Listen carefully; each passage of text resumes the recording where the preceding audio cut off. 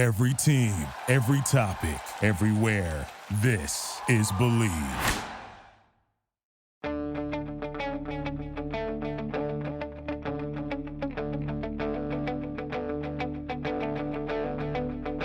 Ich warte seit Wochen auf diesen Tag und tanz vor Freude über den Asphalt. Als wär's ein Rhythmus, als gäb's ein Lied, das mich immer weiter durch die Straßen zieht. Komm dir entgegen. Hello and welcome to Gegenpressing, the Bundesliga podcast. This is the preview show. I'm Manu and Stefan. He's Stefan Bienkowski. Stefan, buddy, how's it going? It's almost the weekend. I can feel it. I can sense it. We're almost there. How are you holding up there on your Thursday afternoon, my Thursday morning? Yeah, good. It's a big game on Friday, which I'm sure we're about to talk about. So that kind of does bring in the... It feels like it makes the weekend a little bit closer as well. I've got a very busy weekend, actually. But a lot of great football. Can't wait. It's been a fun week as well. Did a lot of kind of stuff on the Substack and things like that as well. So, yeah, I'm looking forward to another kind of fun weekend of football. Yeah, it's going to be an awesome weekend, I think, because it starts straight up with a big Friday game. And then, of course, we have the big Saturday afternoon game, and it's also the weekend of September, so get ready for fall. We have a massive pumpkin sitting in our kitchen at the moment, Stefan. I don't know if this is something you do in Scotland as well, but do you do pumpkin? Yeah, we do, but Halloween is just not nearly as big a thing in the UK as it is in the US. I mean, it is a big thing here, don't get me wrong, and people do get into the kind of spirit of it, but yeah, I remember growing up in the US briefly as a kid, and like there were like TV shows and movies and everything about Halloween, and yeah, it's crazy holiday over there. But it is. I don't know. In the UK, the fall or the autumn is just like everyone complaining because it's getting dark and miserable and the winter's coming.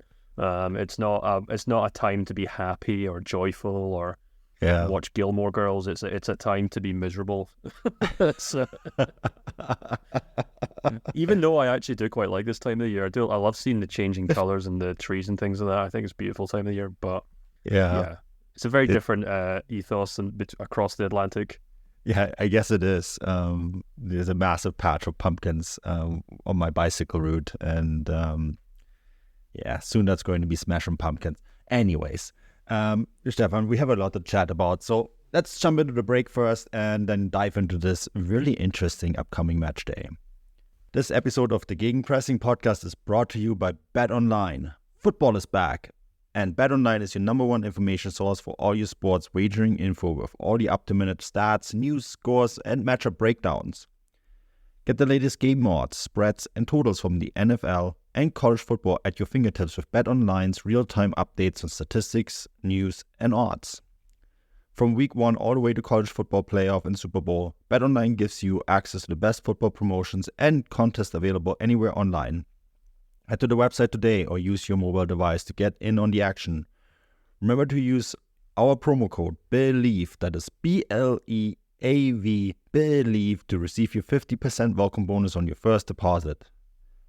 BetOnline, where the game starts. Not quite American football, Stefan, but fantasy football, fantasy Bundesliga football.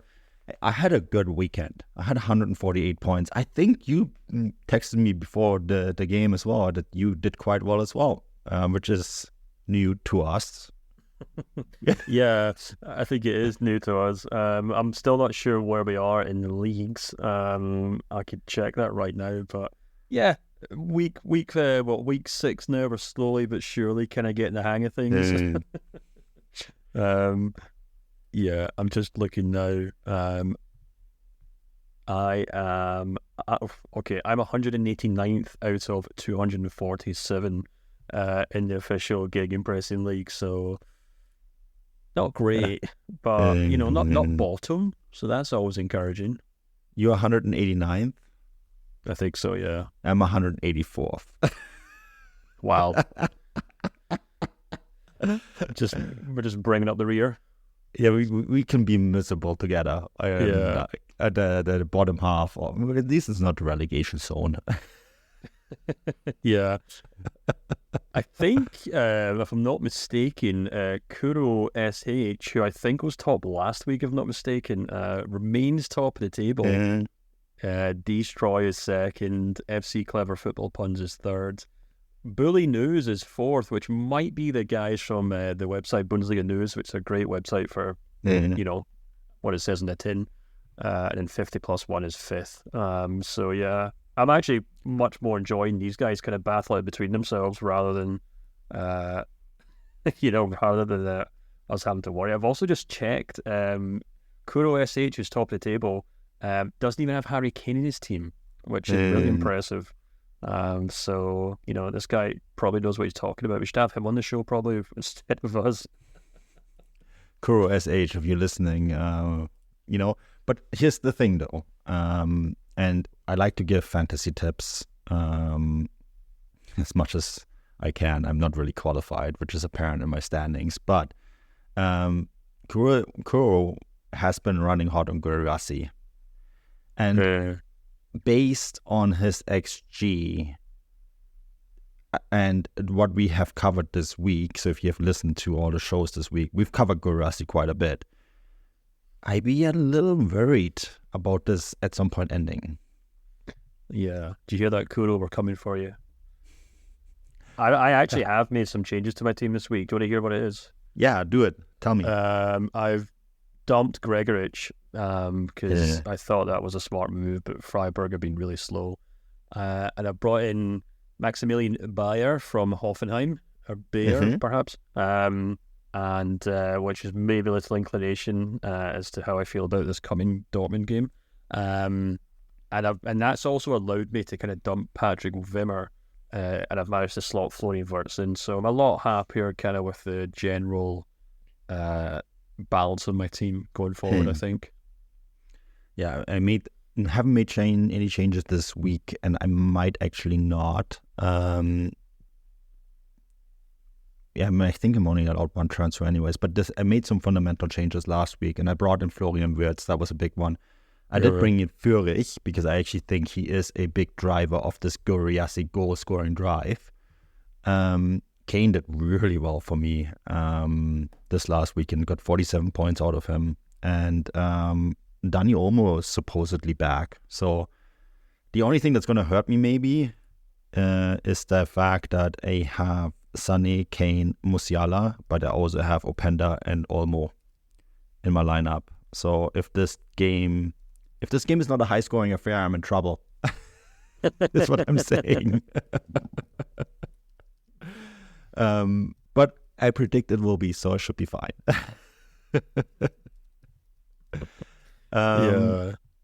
Yeah. Which is maybe a great segue to get into the actual football, I suppose. It is, and you know what? It does kick off with a really big match, which is the Hoffenheim against Dortmund game. Hoffenheim, we had great plans this week to cover Hoffenheim in the bonus show, right? And then unfortunately Schalke did Schalke things and fired the head coach, so we had to change a few things, but you wrote an excellent newsletter on Hoffenheim, which is also, I think, partly why you picked this opening match as your match of the weekend. Before you give your thoughts on this, there's been a lot of big Friday games. Yeah, it is. I'm actually really, really looking forward to this game. So as you said, did my newsletter on Hoffenheim and kind of did a deep dive on how Materazzo's side have really had a strong start to the campaign. And I mean, a long story short is they simply are scoring more goals than the other team. And that seems to be their ethos because, they certainly do have problems in defence. One startling stat that I thought is maybe worth sharing is that Oliver Baumann, the goalkeeper, has faced more shots than any other goalkeeper in the Bundesliga this season. I'm sure maybe some listeners will recall that they went behind against Wolfsburg. They went behind against Heidenheim. They had a penalty Heidenheim had a penalty saved in that game as well. So, they are kind of flying by, they kind of, just kind of skimming by these games. And a lot of that's down to the fact that they've got this really dynamic front line. I think, Kramaric is perhaps always, he always is the kind of be-all and end-all of Hoffenheim. And it feels like even though at 32, he's still having this fantastic, he's still got so much to give. I think, I do actually. He's got 18 key passes to his name already this season. And of course, a key pass is, a pass leads to a shot. So that's 18 in his first 5 matches. And he only made 31 the whole of last season. So I think that goes to show, he's obviously a lot more creative. He's making a lot more progressive runs. I don't think it's a coincidence that they managed to bring in, obviously, Florian Grillitsch has came back. They picked up Anton Stach from Mainz. That midfield looks a lot better bolstered. And this, I think, has allowed Kramaric to kind of play as a more kind of dynamic number 10 or box-to-box player. And I think the other player that's definitely worth mentioning is, of course, the one who I just kind of, mentioned on my fantasy football team is Bayer, or Bayer. I'm not quite sure how to pronounce his name yet, but he's been incredible. He really has. Like, the goals he's been scoring, I think he's got now 4 in his first 5 games, if I'm not mistaken. He scored a great goal against Union Berlin. He scored an absolute outstanding curling shot against Wolfsburg, if I'm not mistaken. And he just looks like such a promising young striker. He's over 6 foot. He's quick. He's good on the ball. His movement off the ball is outstanding. As the point I made in my newsletter this week, that if you kind of look at that opening, that what led to the penalty that Union gave away was due to the fact that Bonucci was pulled well out of place by Bayer, and then Kramaric was able to run in, which led to Bonucci having to kind of chase him down and eventually pull him to the ground in the box. So, I think Dortmund are going to be really up against it, against a team who, yes, probably will concede goals, but definitely have enough in them to really trouble this Dortmund defence, which has been by no means outstanding. And yeah, I've actually gone for a 2-2 draw in this game because I think both teams will score. I'm not sure if I can really pull them apart right now, but I think it'll be a high scoring game, so it should be a lot of fun for the neutrals. A German-born number 9, you say? Maximilian Bayer. Had to happen eventually. Yeah, his goal-scoring record is incredible. Good pickup if you picked him up, Stefan. It was on loan at Hannover. Yeah, interesting. I'm curious to see if Nagelsmann is going to call him up. I'm pretty sure Nagelsmann will be watching this game. I can guarantee you that. And with that in mind, my prediction is a narrow 2-1 Dortmund win. And although I kind of regret it, I think your 2-2 draw is probably going to win it, Stefan. Well, we'll see, I guess, won't we? Yeah, it's just... I think we said everything we need to say about Dortmund at this stage. Hoffenheim is far more interesting as a story, especially because they have a German number 9. that just piqued my interest enormously because, as a Germany fan, that's really what we need. But no, all seriousness, I just do think that Dortmund, they have had this really interesting ability to just pull the coals out of the fire despite playing poorly. And I think they're going to get themselves in a situation here that is going to be difficult, but somehow they're going to pull it off and win this. But I don't think this is going to, if they win this 2-1, that's not going to end any of the debates. Yeah, it's definitely worth mentioning. We obviously talked about Terzic a lot on the main show with Matt Ford. And yeah, you're absolutely right. I think, but this is kind of what I mentioned a few weeks ago. They were up against, they have 3 really big games. They did okay against Wolfsburg. We'll get on to Wolfsburg later in the show, but I'm still not quite sure what happened to them because in half-time they just gave up and basically gifted Dortmund that game. And I actually thought they were quite good going man for man with them in the first half. I think Max Arnold actually made the point after the game that he was quite annoyed at how they just kind of,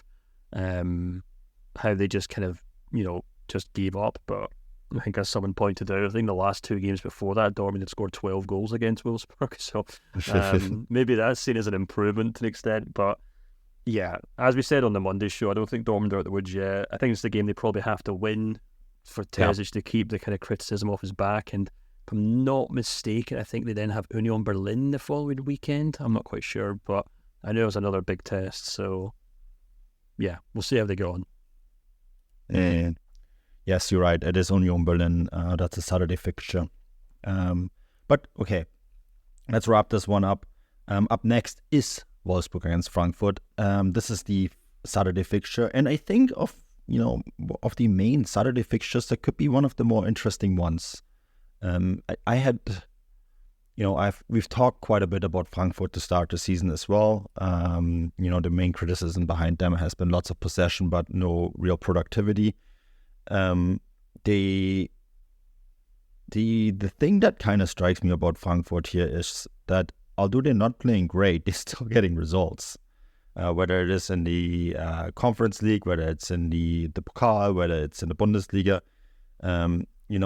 they where they are standing in the league gives you a better impression of where they are. They're only 2 points behind Wolfsburg, although I do think that Wolfsburg are the better team. And Stefan, I have Wolfsburg here as the narrow winner, 2-1. What are your thoughts here? Yeah, I mean, I think this will be a really tight game. I'm not sure I go so far as to say it's an entertaining one, because I think Frankfurt under Topmöller have and are continuing to develop into a very, very defensive side. Obviously, I don't think it's a coincidence that he was obviously a defensive midfielder as a player, and he's just kind of doing his typical bread and butter. He knows what to do in that regard, and I think that's kind of how Frankfurt have managed to kind of grind out results so far this season. From their first 5 games, they've scored 4 goals but conceded 3, and maybe in the Bundesliga of all leagues, maybe that's enough to get by. But I think, I 4 draws and a win from their first 5 games, and the lack of any defeats does point to, there's progress being made, but they are still missing the other half of that plan, which is to kind of develop, coherent attacking systems to kind of break teams down into. And there's only you can't exactly just defend for 90 minutes every game and hope to kind of snatch a goal, especially when you've lost so many kind of your goal scorers. So I kind of agree with you. I think this will be a very tight match. I've gone for a 1-0 win for Wolfsburg, just because I think it'll be a match in which Frankfurt defend well for the most part, but I think Wolfsburg will also probably feel they have a point to prove after a Dortmund match. That was the only thing that made me point this in Wolfsburg's favour rather than a draw. Same. Just because exactly the same reason. That's why ultimately that made me think, they will want to bounce back from that Dortmund result. Yeah, and you kind of get the impression that they'll have a kind of fire in their bellies to kind of do that. 1-0 win for Wolfsburg in my book. Really quickly on Frankfurt before we move this on, I spoke to an industry source today, and for them it's really just about getting to the winter when they will sign a top striker. Interesting. Yeah, I mean, which makes sense. There's this 95 million euros burning in the pocket that they haven't spent yet. Yeah, well, that's very of true. course, some of it will go to infrastructure, etc., right? Which is very, very much needed, but they will sign a top striker. So I think, you can tell, right? You can see it. They're basically saying, okay, we just need to get through January, be in a good enough position, and then we're going to sign the player that's going to, hopefully help us play a good second half of the season. Yeah. Anyways, the next game is Mainz against Leverkusen. Stefan, this Leverkusen side will not have to wait until January.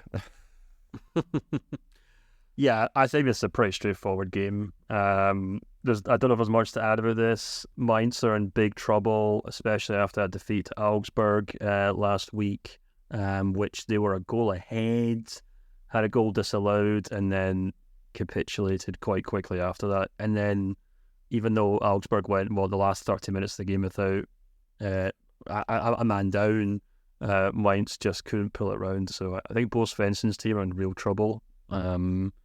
They always seem to be either doing incredibly well, and Bo Svensson's the next Thomas Tuchel, or they're they're sinking like a stone. And right now it seems like the latter, unfortunately. So yeah, I've gone for a very convincing 3-0 win to Leverkusen in this game. So I've also gone for a convincing win for Leverkusen, but I added a Mainz goal, so 3-1, and that's because Leverkusen seem to concede every game from a set piece. Yeah, I suppose that makes sense. Yeah, it's just the way. But I can't really add anything. Leverkusen are going to win this game. This episode of the Gegenpressing podcast is brought to you by BetOnline. Football is back, and BetOnline is your number one information source for all your sports wagering info with all the up-to-minute stats, news, scores, and matchup breakdowns. Get the latest game odds, spreads, and totals from the NFL and college football at your fingertips with BetOnline's real-time updates on statistics, news, and odds. From week 1 all the way to college football playoff and Super Bowl, BetOnline gives you access to the best football promotions and contests available anywhere online. Head to the website today or use your mobile device to get in on the action.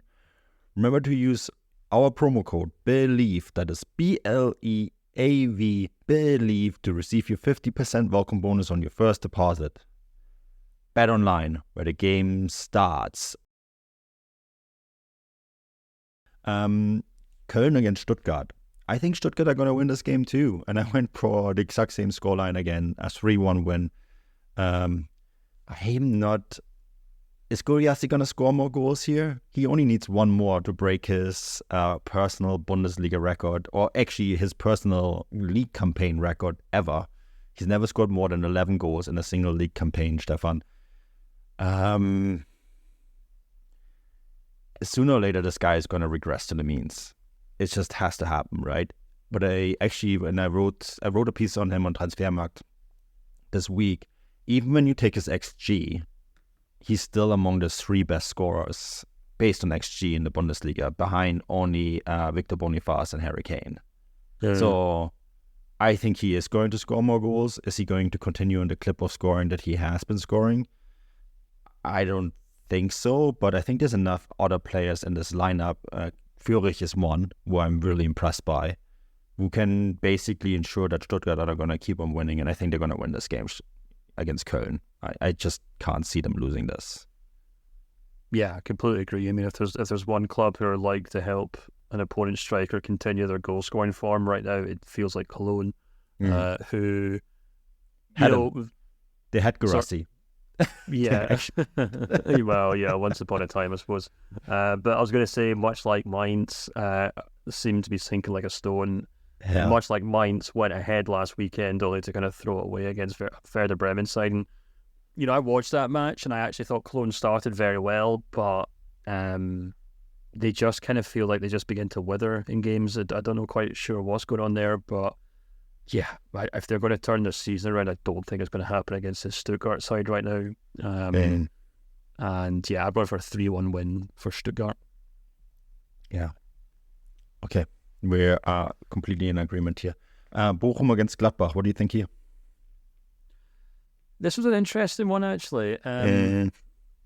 Hard to pull these two teams apart simply because they've both been really, really bad recently. I was tempted to kind of suggest that Bochum would probably bounce back after what happened last weekend at the Allianz Arena, which was nothing short of an embarrassment, even by Bochum and Bayern standards.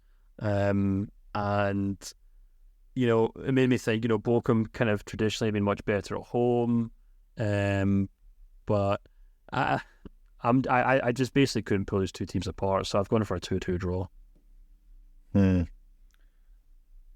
I actually think that Gladbach are going to win this. I think they're going to win it 2-0. I just thought that they actually played quite well against Leipzig. Leipzig needed to work really hard to win this game. Timo Werner is scoring. This guy is at his best when he has to score difficult goals, because I don't think he can think about it. He just needs to put it in. And that's essentially what it took, right? And I actually think that Gladbach are going to win this game. I think what Bochum did in Munich is embarrassing. And if they are playing like this, I think that's going to get them in real trouble this season. So I think Gladbach are going to win this 2-1. All right, Stefan, Heidenheim against Union. I have a really hard time with this Union side. I think they're probably going to win this game 2-1, but I think what really will help them here is having a week off and giving this Urs Fischer time, some time to work with the squad and work out some kinks. This might be the first spell since they've been promoted to the league where you can maybe think or point towards saying that maybe teams are starting to figure them out. Yeah, possibly. I think a lot of what went down last weekend was maybe just sheer exhaustion physically and mentally from, trying to defend the Real Madrid for 90 minutes and, the manner in which they conceded basically in the last minute of the game was just soul destroying. And I think there's also the fact that, Heidenheim, I think, have actually been, and they've probably been better than the results would suggest. I mentioned earlier on about how they managed to, they really probably should have taken a point at least off of Hoffenheim earlier in the season. And, it feels to me as if they've obviously picked up wins against Werder Bremen. They got a draw against Dortmund. Okay, they got kind of knocked over by Leverkusen last weekend, but that's not really a slight on them by any chance. But I do kind of fall back in this idea that Union typically tend to pick up the wins they're expected to win. And I don't know why, but I've gone for a 2-0 win in this game for Union, simply because I think if they were to kind of trip up here, then, it would maybe be worth kind of beginning to slowly but surely ring the alarm bells because, everyone going into the season was saying, well, how are Union going to deal with the extra competition, the extra matches in the Champions League, and I mean, it hasn't even got started yet, to be perfectly honest with you. And they're already three wins or 3 defeats on the row now. So, I think if Union are going to kind of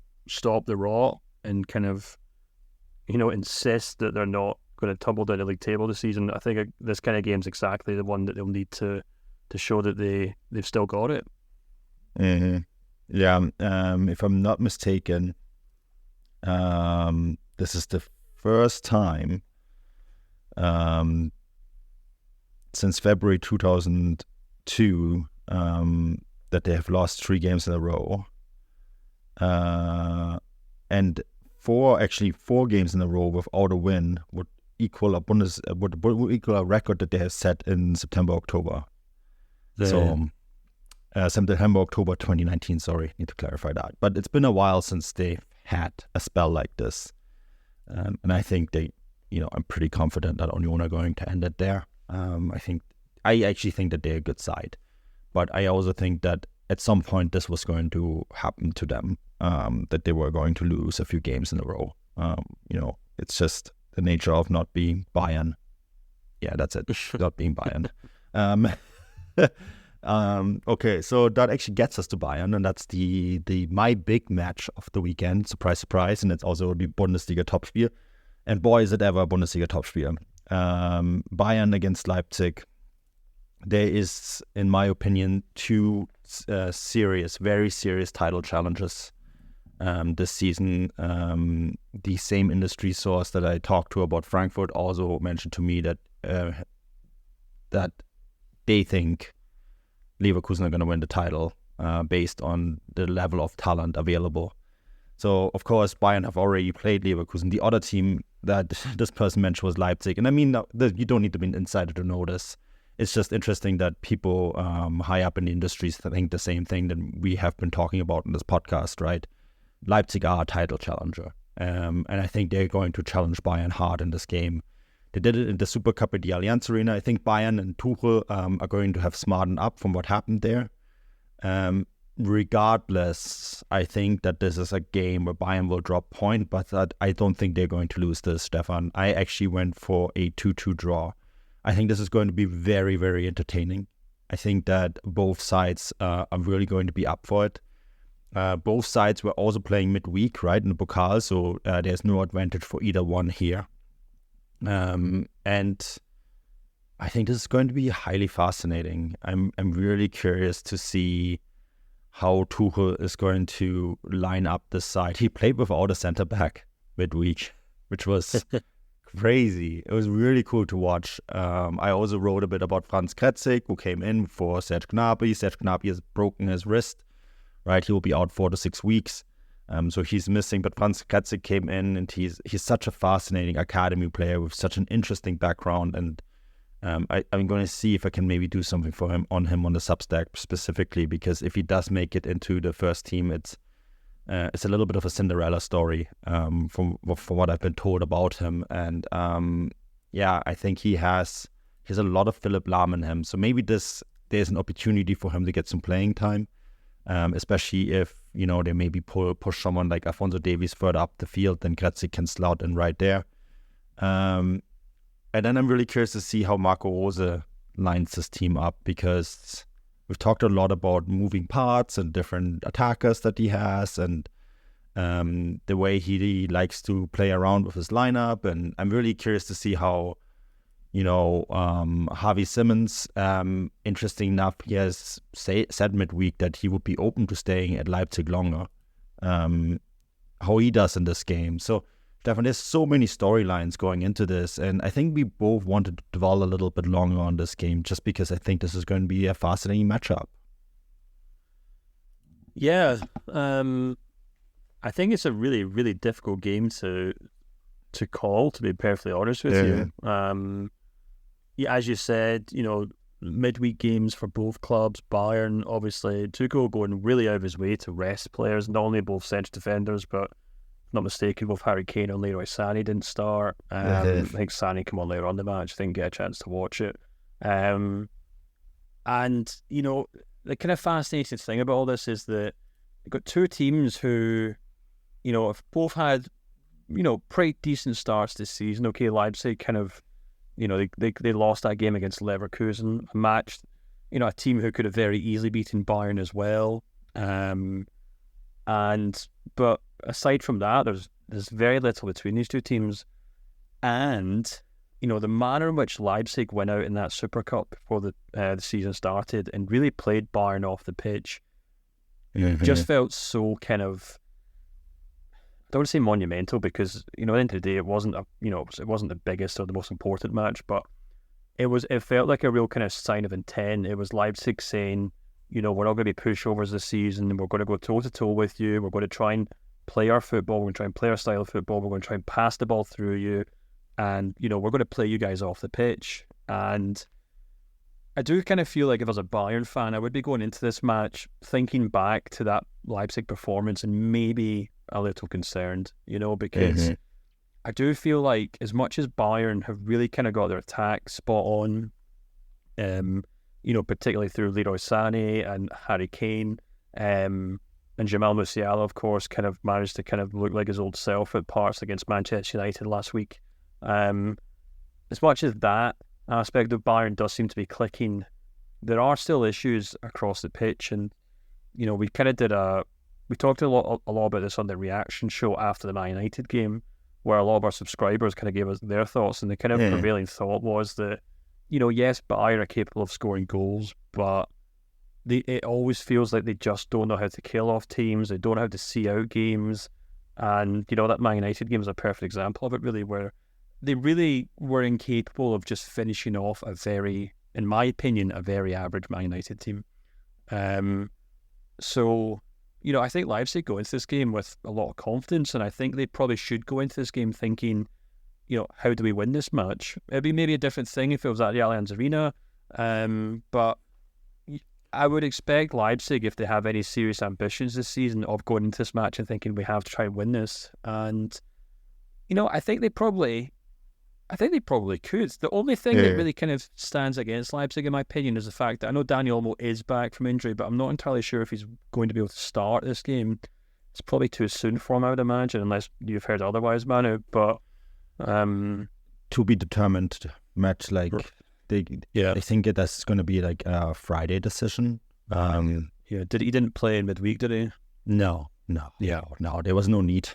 Yeah, well, of course. I just thought for minutes, perhaps. But, I think the good thing about this Leipzig team is, we've talked about this as well on the show as well, is that they obviously have so many moving parts, and they all can quite easily slot in one after the other.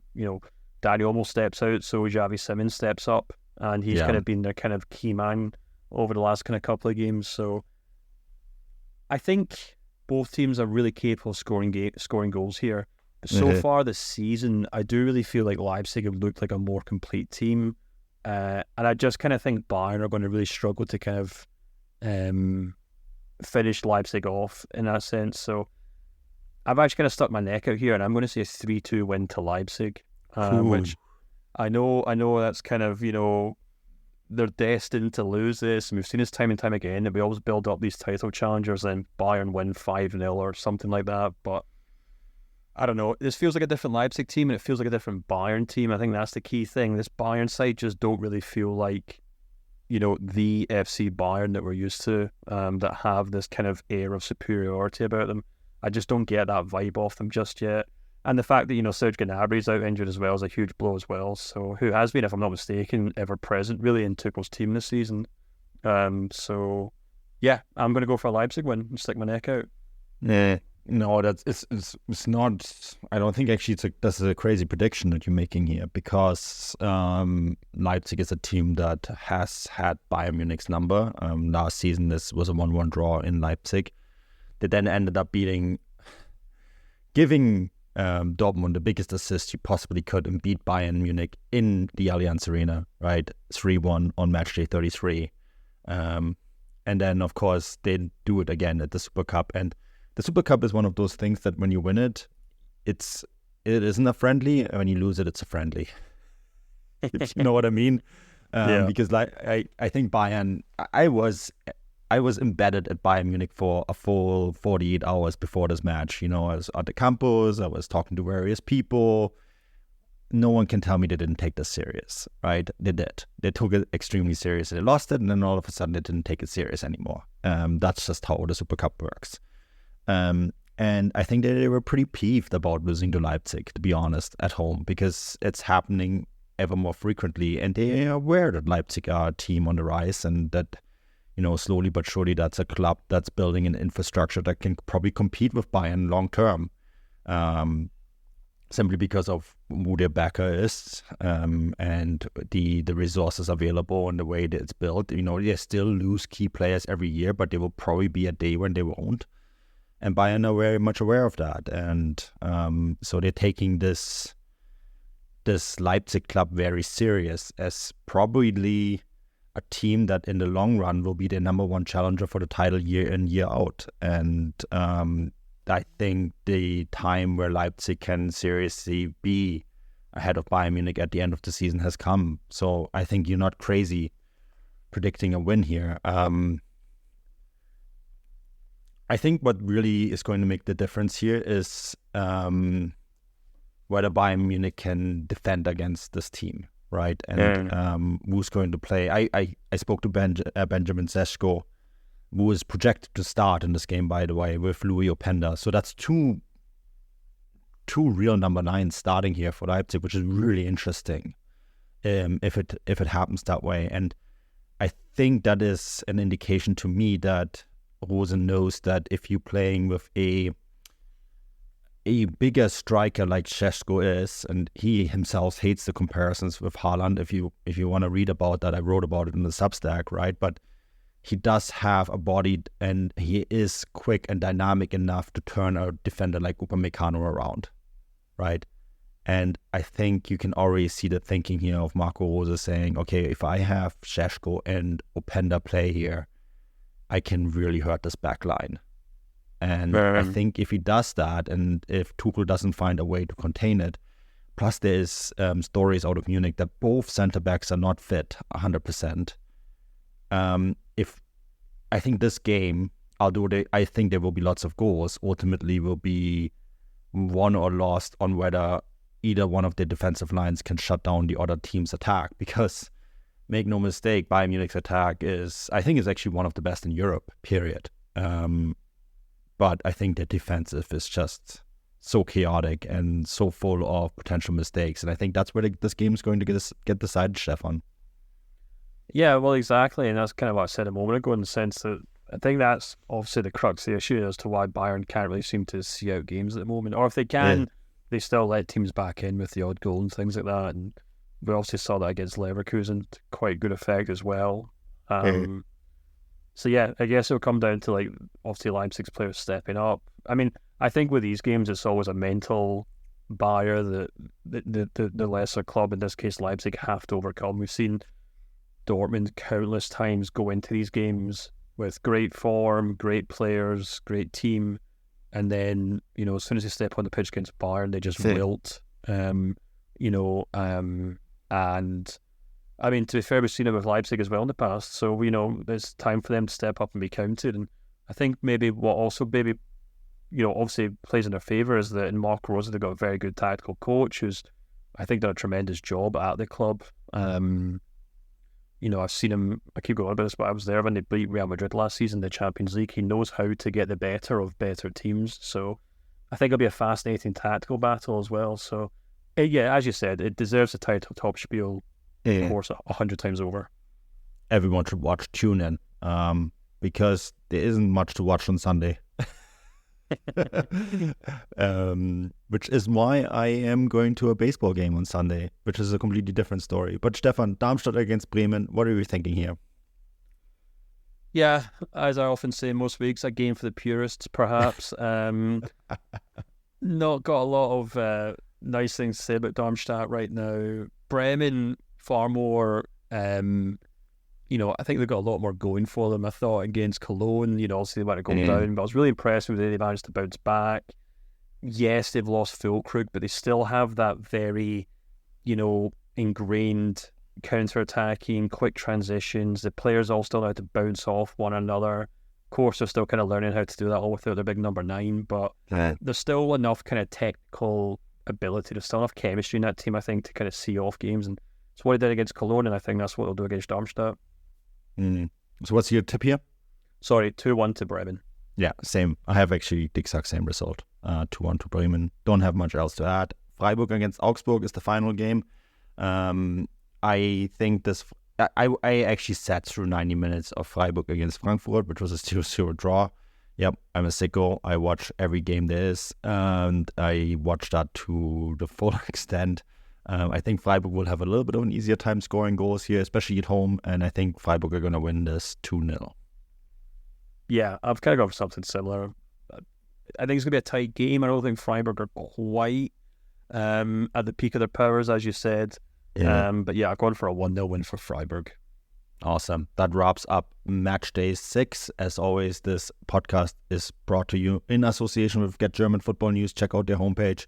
They're very kind in putting this podcast on the page and printing the results, all predictions.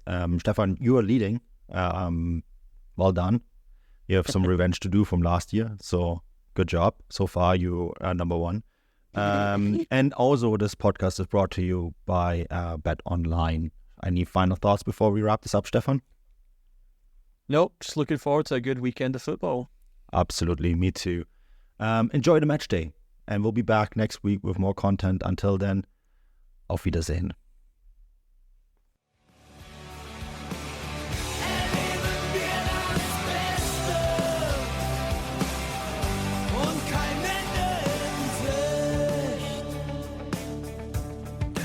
In Sicht.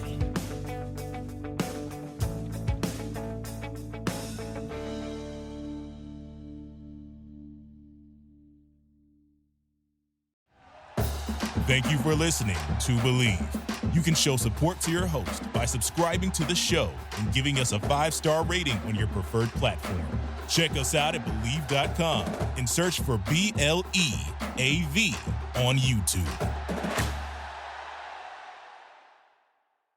What's up, folks? Anthony Armstrong here, former NFL receiver and host of Believe in Commanders. And with the basketball season here, you can now pick combo projections across football and basketball from the Specials League. It's a league specifically created for combo projections that includes 2 or more players from different sports or leagues. Make your way over to prizepicks.com/believe and use the code BELIEVE, that's BLEAV, for a first deposit match up to $100. You must be present in certain states. Visit prizepicks.com for restrictions and details. Pick more or pick less. It's that easy. Prize Picks.